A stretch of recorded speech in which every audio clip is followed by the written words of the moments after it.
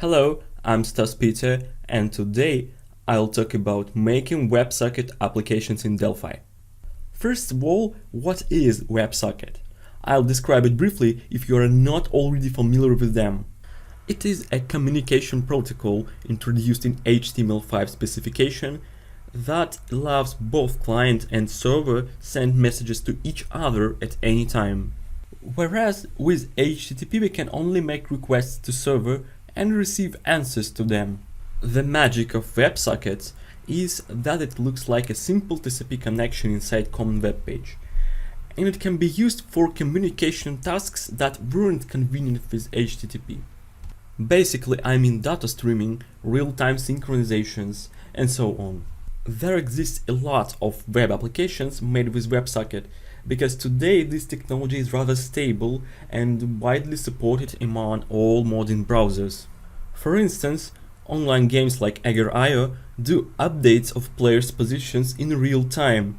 Social networks like Facebook use WebSocket to receive new messages and different updates. Online bookmakers update coefficients through WebSocket in real time. In this video we'll have some theory with references, a basic quick start, and we'll also have a more advanced example. And yes, everything will be written in Delphi. Actually, we have a few libraries offering a ready-to-use WebSocket implementation. Some of these libraries are not available for free, but that's never stopped us before. I mean, we'll make our own WebSocket server with just a few lines of code. Not exactly few, but I promise it won't be so complicated. So how does WebSocket Server work? There are three steps of doing them. WebSocket Server derives from a common TCP server. We'll use custom TCP server class from Indy library. We also override two TCP server methods, doConnect and doExecute, with our own implementation. When new TCP connection happen, we mark it as non-handshake. I do this using the special tag property value. What is handshake? Every client sends a special HTTP request called handshake to establish a new WebSocket connection. It looks like this, and our server should answer with another string. Within execute handler, which we'll use as incoming messages handler on the server side, we can handle handshake sending client an answer containing a special hash, and then we may mark current connection as handshaked. This process is described in Mozilla Docs, so we can see the reference in the description. I also created an instance of our WebSocket class with a few adjustments like port and event handlers. Here is how we can deal with it on the client side. It's pretty simple. As you can see, our connection is established, and now we are going to exchange messages.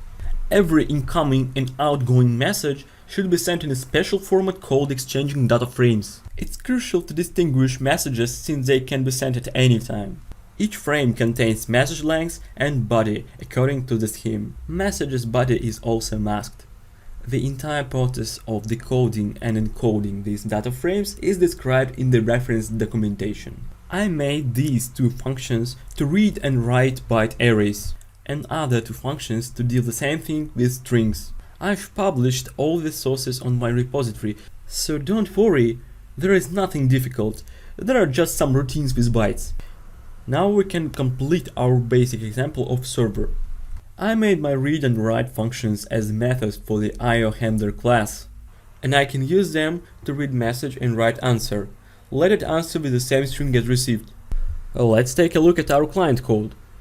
In the open event listener, we send hello server string, so now we expect to receive the same answer in the message event listener.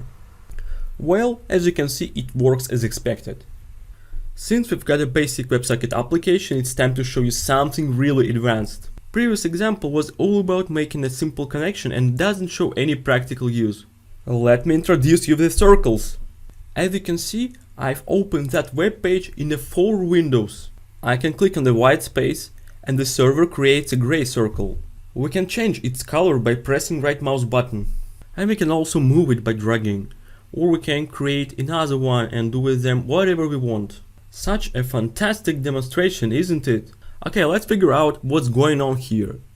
We have exactly the same WebSocket server unit. Circle unit contains circle class, which describes Circle entity and provides some thread-safe methods for interaction with them. The key feature of the example is data streaming. It happens in a separate thread, and probably you know every client of TCP server is listening in a separate thread too. So we actually have a multi-threading application, and that's why I have to wrap all unsafe access in these logs. Here is a data streaming. We broadcast serialized circles data to all of our connected clients. And here you can see how every server action is processed. So we have 4 methods to create, move, destroy circle and change its color to random. It remains to mention one small trouble that you may encounter. All modern browsers restrict insecure WebSocket connection.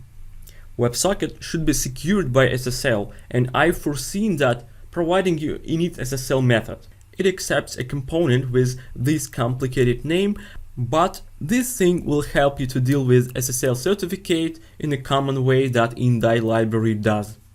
All the sources are provided in the repository. You can find a link in the description. Thank you for watching. Please feel free to ask any questions and see you in my next videos.